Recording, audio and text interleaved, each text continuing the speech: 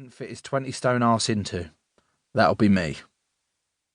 I don't mind a laugh at my expense, but be prepared. We might hit the occasional pothole in the road. Moments when I have a meltdown and press the emergency stop button. We'll deal with those when we get a few miles under our belt. Up and down like a rugby ball, never knowing which way I'll bounce. That's how it goes. I've learned to take the rough with the smooth and count my blessings every day. I'm very lucky to be a professional rugby player. It's taken me to places I could never have imagined, and I've learnt so much. Not just about how to be a rugby player, but also about how the whole big rugby bubble bounces along, and how to look after yourself when you're in it. It's a privilege to have the chance to share it all. Are you ready to go? Please sit back and enjoy the tour. Chapter 1. Here we go. Got your kit sorted? I looked up and saw the bent nose and the huge squashed brow.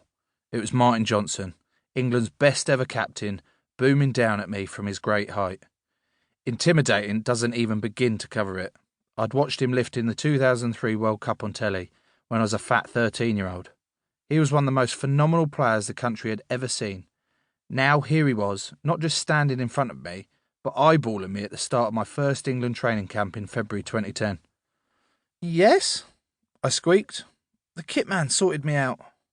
So you're good to go? Good to train, are you?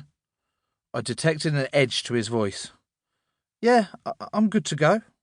I was shifting my weight from one foot to the other and mumbling my words. It wasn't the impression I wanted to give to one of rugby's hardest men. Well, he barked. You're going to have to get rid of that fucking stupid haircut before you do. I blushed. Did Martin Johnson really just say that? Was he serious? I was confused as well as shocked, because what did my haircut have to do with him? With rugby? He stalked off and I glanced around awkwardly, wondering what to do next. The call-up to the England squad had come from another rugby legend, Graham Rowntree, a.k.a. Wig, then the England scrummaging coach. I'd met him at Harlequins, but I thought it was a mate pissing about when he phoned me out of the blue. Hi Joe, it's Wig here. Next week, what are you up to? After an embarrassing altercation during which I declared, I'm not falling for this is a fucking wind-up, I realised it was no joke. Wig told me they had a couple of injured players and he wanted me to train with the squad at Pennyhill Park in Surrey. I'd been playing for Harlequins for a couple of years, but I was still only 19 and not in the best of shape. My imposter syndrome kicked in, massively. How can they want a lardy, lazy teenager like me? What if I balls it up and never get asked again? One thing I hadn't thought about was my haircut. Why would I? OK, you might get given a nickname like Wig if you had a dodgy flat top like Graham Rowntree, but aside from that, who cared what hairstyle you had? And what did it have to do with Martin Johnson? I was there to play rugby, not be judged on my looks. I could only assume he was showing me who was boss, stamping his authority on a new pup. Besides, how was I supposed to get rid of my new haircut here? I nipped to the toilet before the training session started and caught a glimpse of myself in the mirror. It'll be fine, I thought. I'll just have to crack on and hope he doesn't mention it again. My Mohican was dyed the brightest red you could imagine. During the week, I had it trimmed into a very tight, neat stripe, so it looked like I had a giant scarlet-coloured caterpillar sleeping down the middle of my scalp. For a bit of extra pizzazz, I had stars and stripes shaved around the sides of my head. It was an absolutely brilliant haircut, the best I've ever had. There was no way in the world I was getting rid of it, not even for Martin Johnson. I ran out onto the field. Fuck you, Martin Johnson, I thought.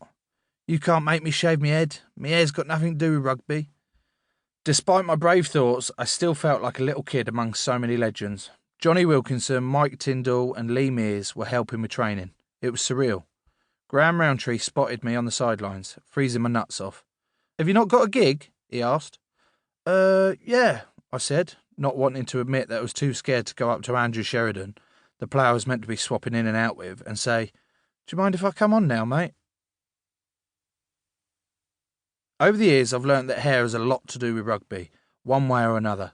If I had a time machine, I would go back and say to Martin Johnson, look, mate, I know that if I shave my head, things won't go totally doolally, like they did when Samson had a chop.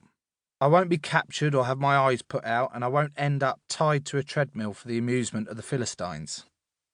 Apart from anything else, the gym manager at